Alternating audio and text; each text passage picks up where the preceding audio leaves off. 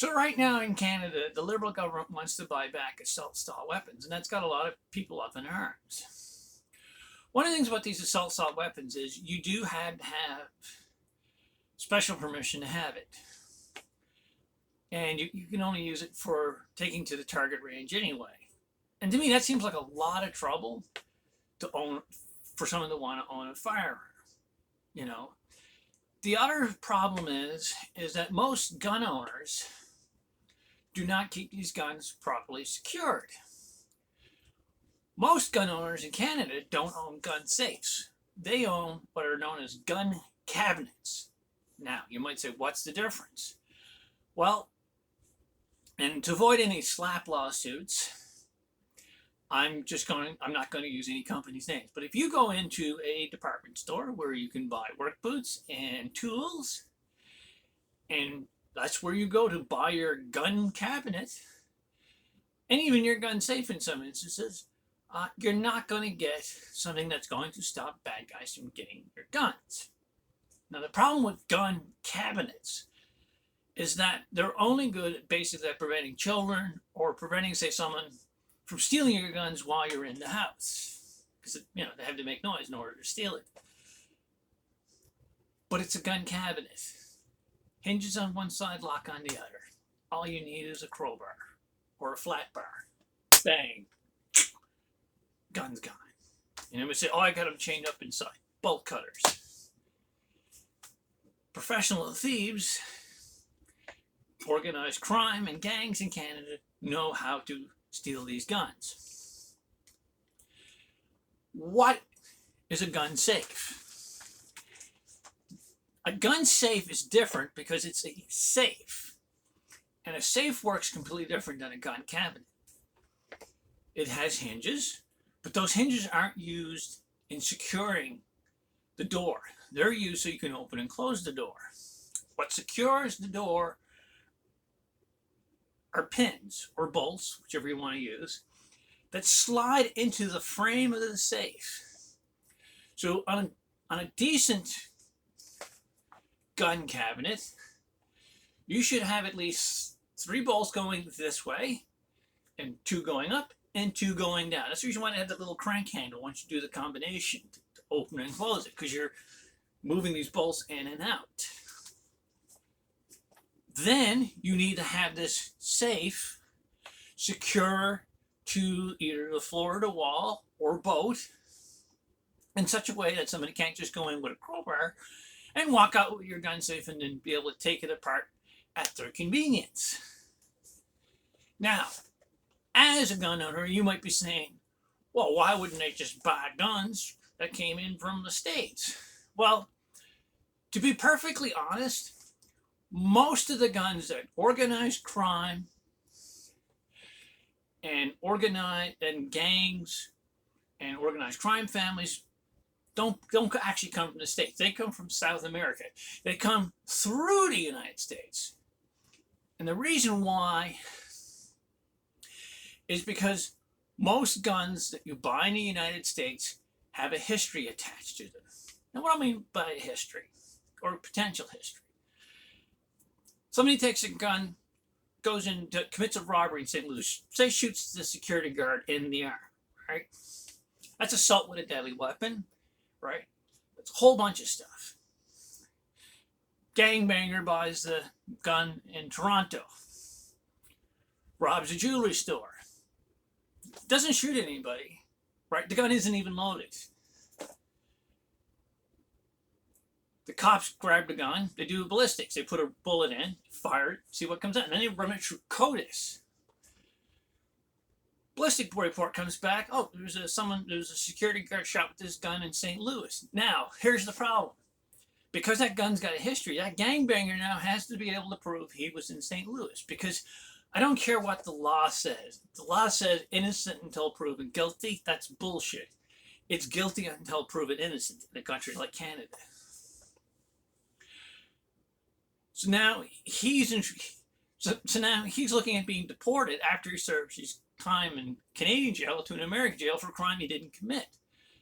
So most organized crime, gangs, stuff like that, they don't use guns from the States because, like I said, there usually is a history attached to this. There's a lot of illegal gun manufacturing that goes on in Colombia and stuff like that. That's where most bad guys, if they're importing guns, that's where they get them from. Now, like I said, they might come through the States, but they're not from the States, because guns from the States, for most savvy criminals, are, no, just not going to touch it.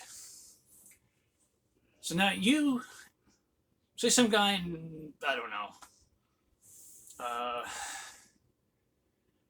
Bowmanville, he has a gun. He has one of these AR-15s. It's in a gun cabinet or a cheap gun safe, right? And because the thing is, I find with people that have these kind of guns, they kind of talk a lot. If you're at the gun range, that's fine, because you're with other gun enthusiasts, right? And generally speaking, the bad guys don't go to gun ranges. But if you're out at Tim Hortons buying a coffee and donut, don't talk about your AR-15 to your buddy, because there are people in that restaurant listening to you. What's the odds of someone? Well, here's the thing. Organized crime is kind of one of those things that's organized. Guy in the restaurant hears, hey, this guy, this is the license plate of his truck. He lives here. He's got this gun. He was talking about buying this safe from this crappy store that we all know that don't really sell safes. They sell gun cabinets. Right. He passes on to one of his buddies.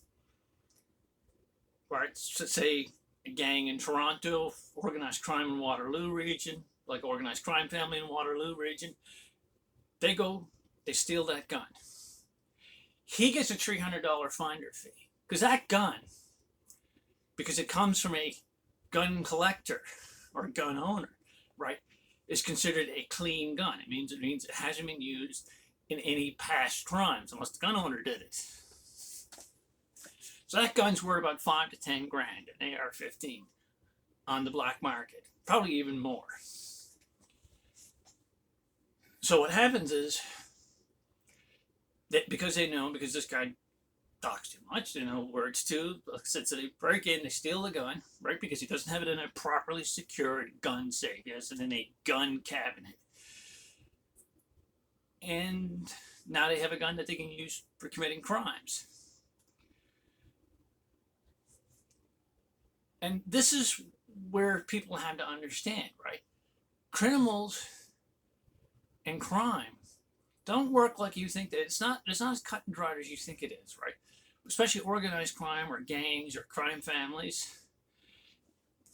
They do things in a certain way so that they don't get, so that they do get caught with something, they don't wind up getting stung for a crime that gun was involved in before. So a clean gun from a gun owner safe is worth more than, say, buying a gun, from an American on the border. And because most gun owners don't keep their guns properly secure, right, they're more of a target. The other problem I have, especially with stuff like with AR-15s, is they can be modified back into a fully automatic weapon. Now, you might say, oh, that would take a ton of skill in that. Take a YouTube video, a mini lathe, and some welding and aluminum brazing skills to convert that into a fully automatic weapon. See, the one thing about Canada has that's not just better gun laws in the States, but in a lot of things, is that you can't buy parts for a gun and bring them into Canada without it being noticed. In the United States, you can buy parts, as long as you don't buy the receiver, it's not considered a gun. So you can buy all the other parts and then make a receiver. It's called a ghost gun in the United States.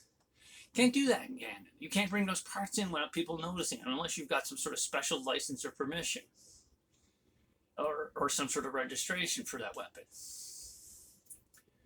And that's one of the things. But the problem is, if that weapon's already in Canada, someone steals it from a gun collector or a gun owner, right, and then modifies it into a fully automatic weapon, right? And the thing is, you might say, well, wouldn't that cost a lot for somebody who's got that kind of skills? Yes, it would. It'd probably cost $1,000, $1,500. But these are criminals, and they want it for criminal purposes. To then spending $1,500 if it makes them 80,000, right?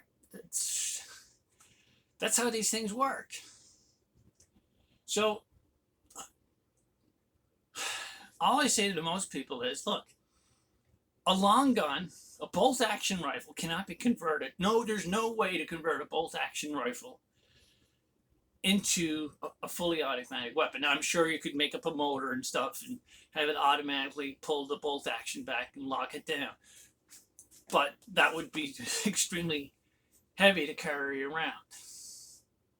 And for most Canadians, a long bolt action rifle is all you need. I mean, if you want to go target practicing, you're going to do a much better job shooting with, say, a Lee Enfield, and they're fairly old from World War II, than you are with an AR-15.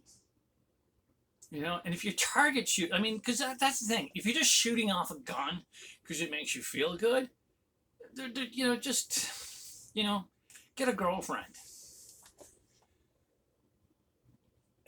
And here's my comparison. It's like, it's what you want versus what you need. I want a Bugatti Veyron, but I don't need a Bugatti Veyron. I can't drive it that fast because there's a speed limit. You can only do 100, 110 in Ontario without half the police in Ontario showing up at your front doorstep. The other thing is, like these sports cars, they're not that comfortable to drive in. You know, so, and that's the way I look at it. Instead of getting a Bugatti Veyron, get yourself a Cadillac Escalade. It's comfortable, it drives nice. Granted, with the depreciation, you could buy a Toyota Echo every year. But it's if you know, I mean, especially if you're older than 40, I mean, you want comfort, not, you know, I mean, speed's nice when you're 24, but let's face facts. When you get a little bit older, all of a sudden, all that stuff just doesn't really make that much difference. And like I said, the only thing a Bugatti Veyron is going to do is get you in trouble.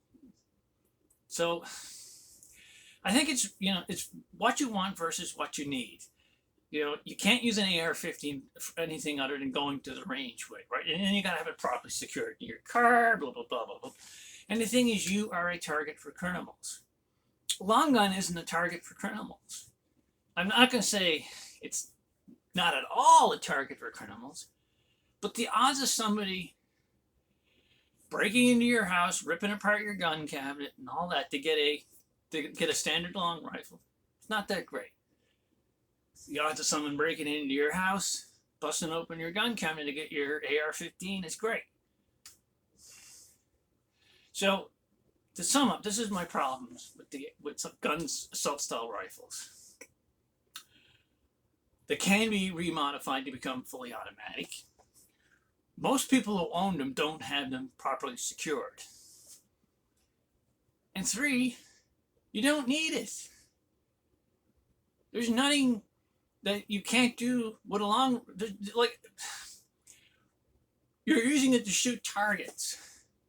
You can do that with a long rifle. So what if it takes you 5 more seconds to pull the bolt that back and lock it down?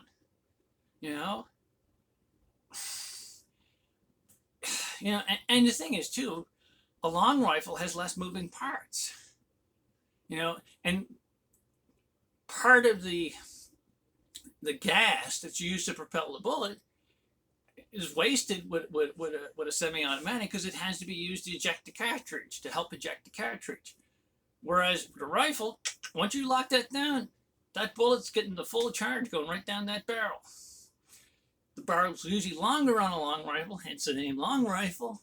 Therefore, it's going to be more accurate. So that's my take on the whole Trudeau, you know, buying back guns. You don't need an assault rifle. The only people that should have assault rifles are certified police officers. That's it. And the military. Because that's all it needs. You don't need an assault rifle.